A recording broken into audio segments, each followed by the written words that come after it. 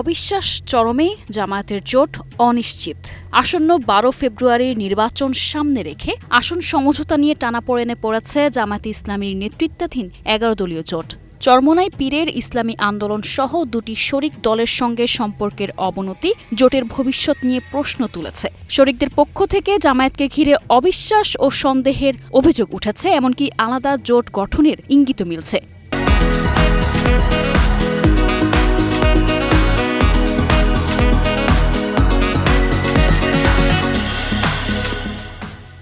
বারবার বৈঠক করেও সমাধানে পৌঁছাতে না পারা এবং নির্ধারিত সংবাদ সম্মেলন স্থগিত হওয়ার বিভেদের গভীরতা আরও স্পষ্ট হচ্ছে। এদিকে বিভেদের মূল কি কেবল আসন ভাগাভাগি, নাকি জামায়াতের রাজনৈতিক অবস্থান ও কৌশল নিয়েই শরিকদের অনাস্থা? এই প্রশ্ন ঘিরেই এখন জোট রাজনীতি উত্তপ্ত।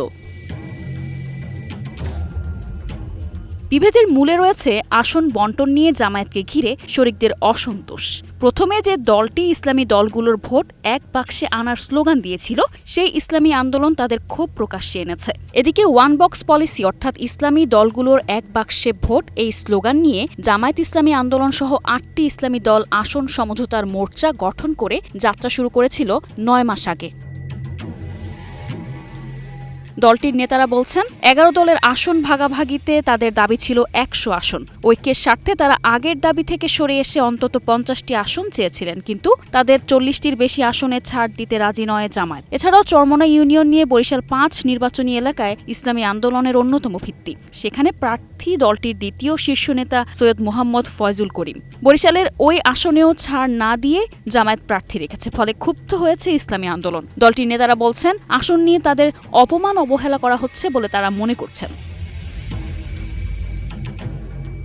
শুরুতে ইসলামী দলগুলোর একটি ভোট বাক্সের স্লোগান দেয়া হয়েছিল, কিন্তু ধর্মভিত্তিক সব দল তাতে সাড়া দেয়নি। বিশ্লেষকেরা মনে করেন, মোর্চাটিকে যেহেতু নির্বাচনী আসন সমঝোতার জোটে রূপ দেয়া হচ্ছে, ফলে সেখানে বিভেদ বা সংকটের পেছনে আসন বণ্টনের বিষয়টি বড় কারণ।